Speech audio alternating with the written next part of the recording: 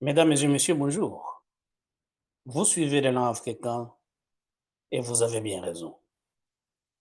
C'était le 1er avril 2025 à la télévision nationale guinéenne lorsque le secrétaire général à la présidence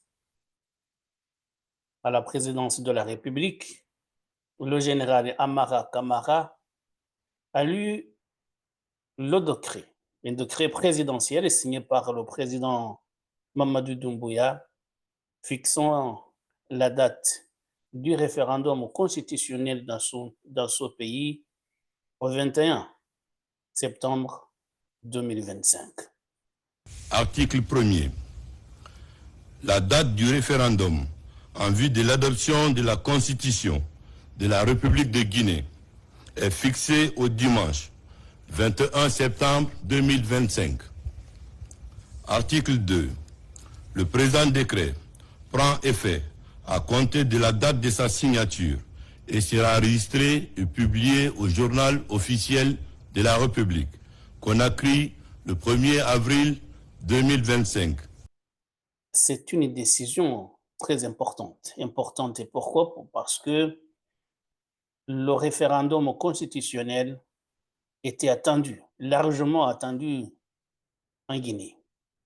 Vous le savez d'ailleurs, lors des derniers vœux du nouvel an 2025, le président Mamadou Doumbouya avait annoncé officiellement que cette année 2025 serait une année électorale. Et donc, les Guinéens attendaient de savoir quand ce référendum, qui est un préalable à ce processus de sortie de la transition, allait avoir lieu. Et donc, ce sera le 21 septembre 2025. C'est une décision qui a été largement attendue par les Guinéens.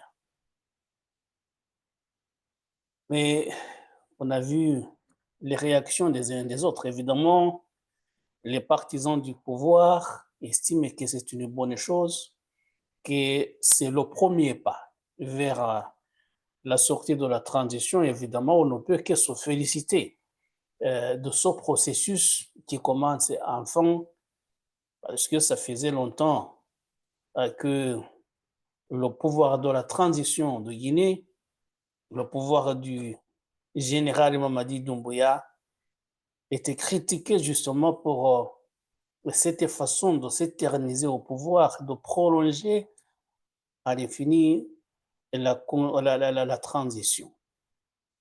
Et justement, vous vous rappellerez que lorsqu'il avait pris le pouvoir le 5 septembre 2021, Mamadou Doumbouya, alors au colonel, avait annoncé de façon officielle que les élections auraient lieu avant la fin de l'année 2024. Ce qui veut dire qu'il n'a pas tenu promesse et que selon l'opposition de Guinée, euh, après le 31 décembre 2024, le pouvoir qui était en place était illégitime.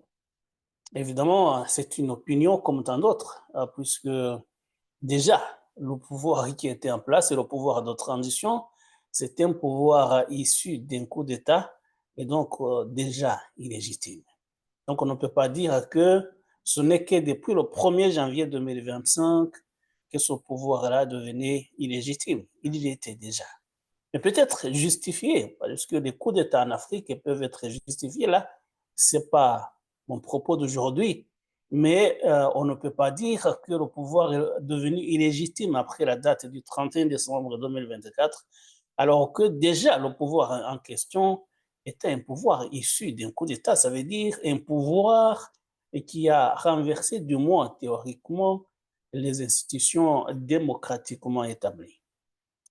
Et d'ailleurs, je vais revenir un peu sur les déclarations du président déchu, Alpha Condé, qui a appelé en janvier de cette année 2025 l'armée de son pays à renverser le régime de transition puisqu'il estimait justement que ce pouvoir était illégitime. Alpha Condé. Armée, tout corps confondu, je m'adresse à vous en tant que chef suprême des armées. Aujourd'hui, vous êtes devant l'histoire. Les forces vives ont appelé le peuple guinéen à se débarrasser des narcotrafiquants qui ont usurpé le pouvoir en massacrant massivement le peuple. Vous avez le choix, ou vous mettre au service des narcotrafiquants et massacrer le peuple et tomber dans la poubelle de l'histoire, ou être fidèle à votre tradition de vous mettre aux côtés du peuple pour nous débarrasser des narcotrafiquants. Et les propos d'Alpha Condé nous rappellent les raisons avancées par les putschistes. Pourquoi est-ce que le pouvoir d'Alpha Condé a été renversé? Parce que le colonel Doumbouya accusait Alpha Condé de prendre en otage les institutions démocratiques. On ne fera pas de cours d'histoire aujourd'hui, mais je vais juste rappeler que notre pays a souffert du comportement peu honorable de ce qu'on appelle ses élites.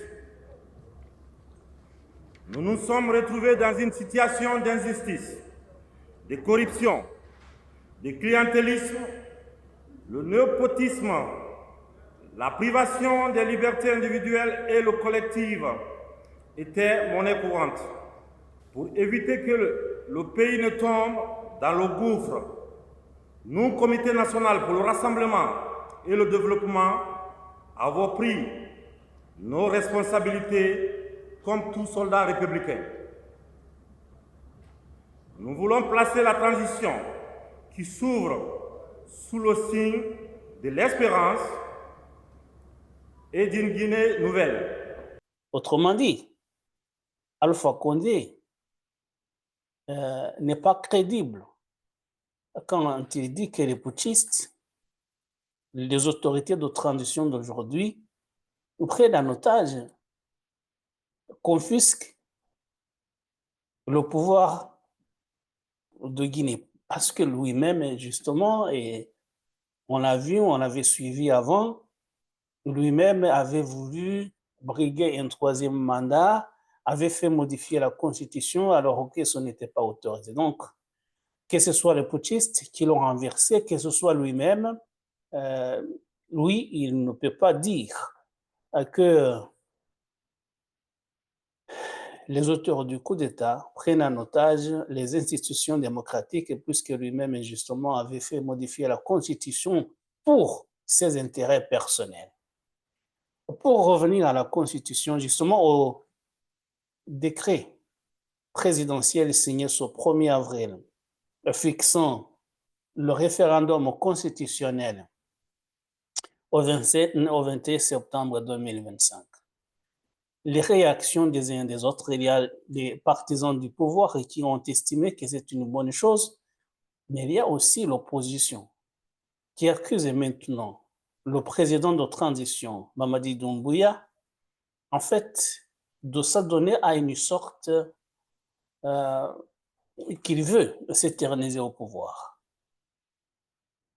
Pour l'opposition, l'annonce de la tenue du référendum constitutionnel marque le début, plutôt, au lieu de mettre la fin à la transition, mais marque le début, peut-être, selon, enfin, si on en croit l'opposition, marque le début d'une période d'emprise sérieuse, de la mainmise sérieuse de Mamadi Doumbouya sur le pouvoir de Guinée.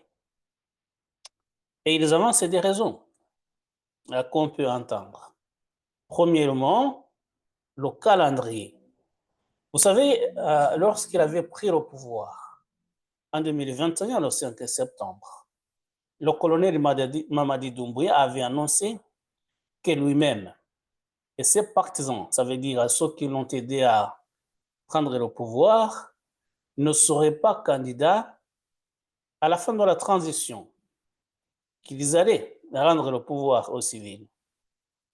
Mais pour l'opposition guinéenne, on ne sait pas si c'est le cas, on verra comment cela va se produire.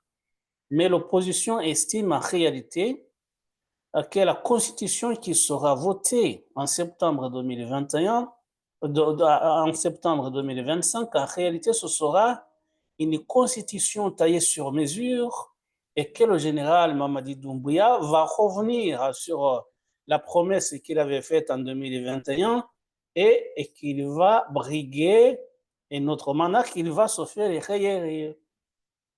Ça peut être le cas. S'il dit, j'avais donné des propos, peut-être je n'avais pas encore sérieusement réfléchi, mais tout compte fait, j'ai le droit, moi également, le président de transition, de me présenter à l'élection présidentielle si la Constitution m'y autorise. Et la Constitution, c'est lui qui va la faire rédiger. S'il veut qu'il se présente, il se présentera. Il sera élu justement puisque il a peut-être la possibilité de contrôler les élections, le déroulement du scrutin à venir. Là, on aura l'occasion d'y revenir. Mais je parlais de cette crainte de l'opposition qui estime que le général Doumbouya, en réalité, va se faire élire après cette constitution qui va être adoptée et qui sera taillée sur mesure. Ça, c'est le premier décret. Donc, pour l'opposition, en réalité, c'est le début d'une longue dictature. Est-ce que l'opposition a raison? Ça, on ne le sait pas. Mais c'est la crainte exprimée et c'est ce que disent d'innombrables opposants de Guinée, qui accusent le général Doumbouya, en fait, d'avoir installé un pouvoir dictatorial, un pouvoir personnel. Et ils ont des raisons qu'ils avancent. Tout d'abord, le général Doumbouya a fait interdire les partis d'opposition. Certaines formations politiques ont été suspendues, d'autres ont été carrément dissoutes.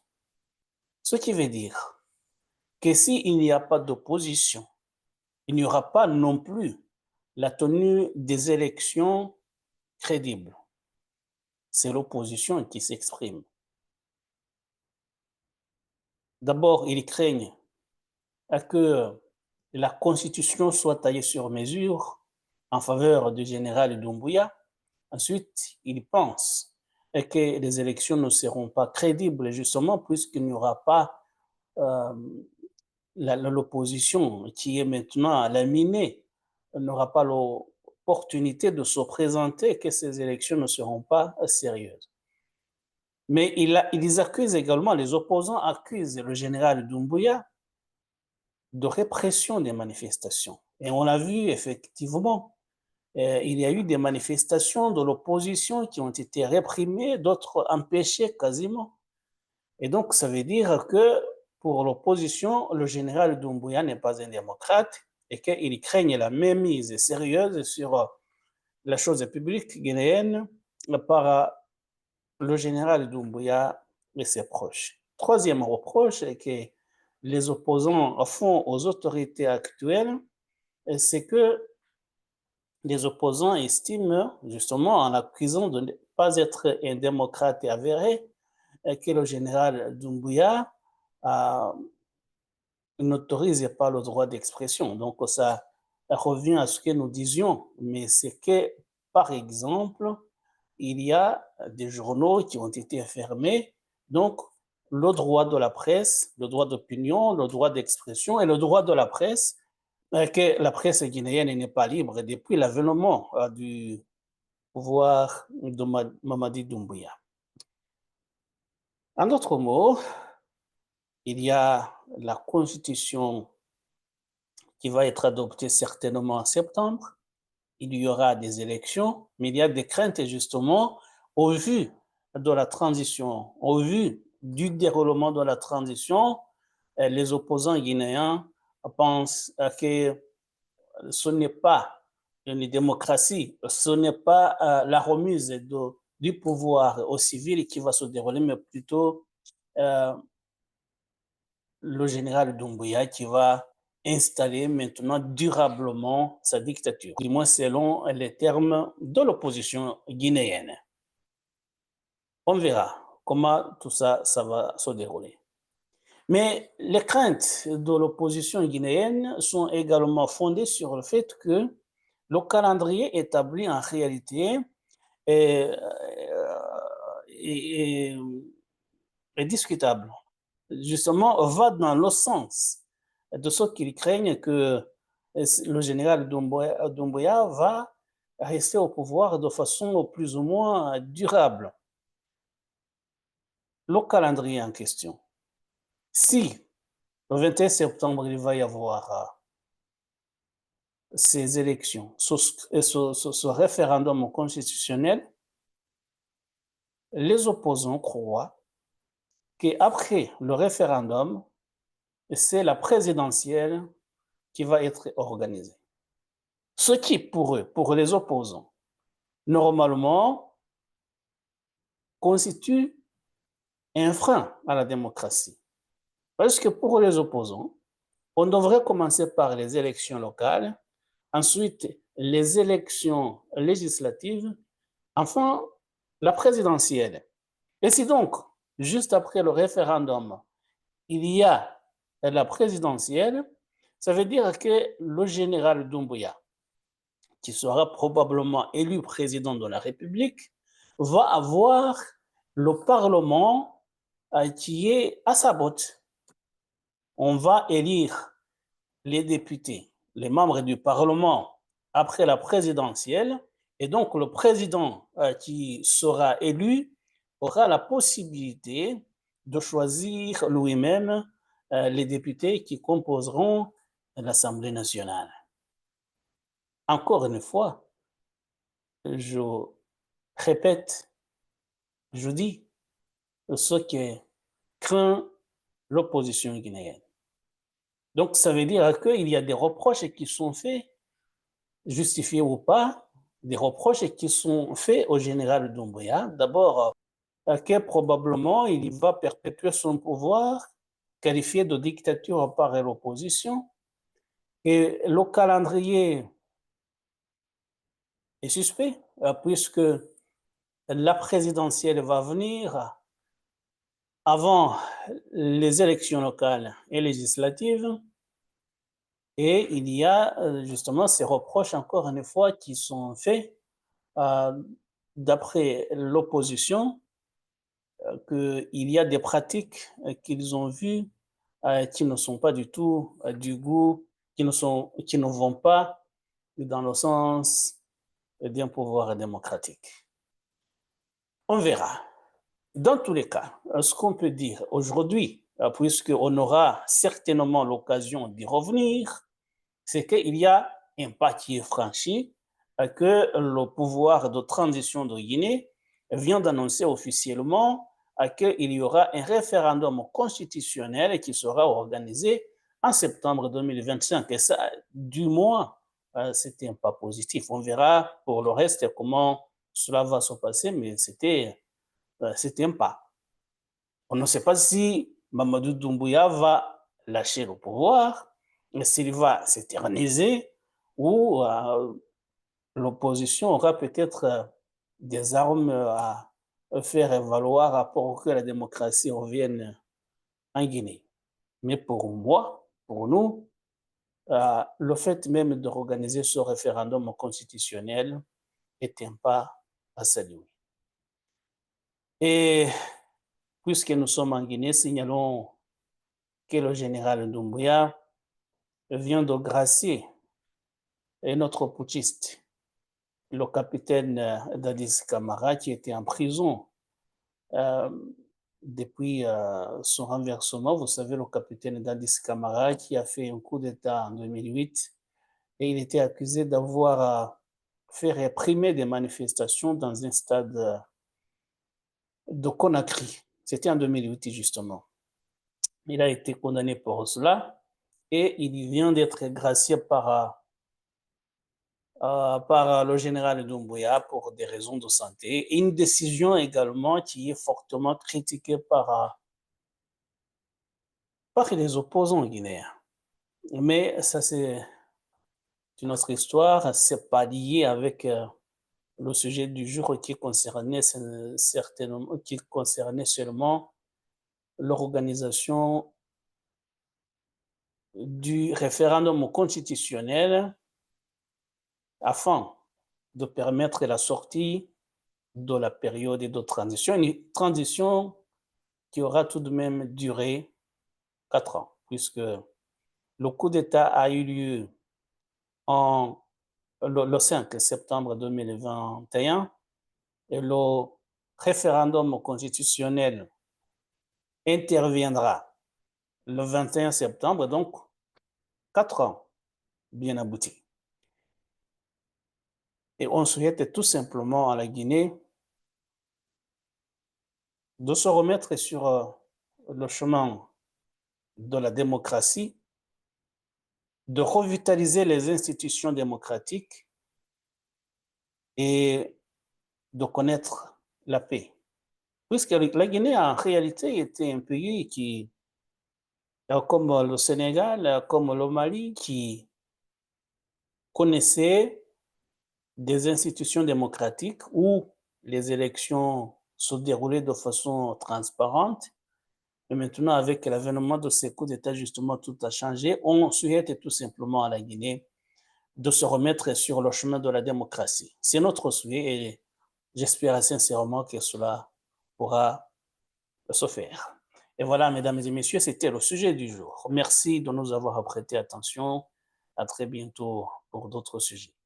Je salue amicalement et fraternellement tous les Guinéens qui nous suivent. Au revoir.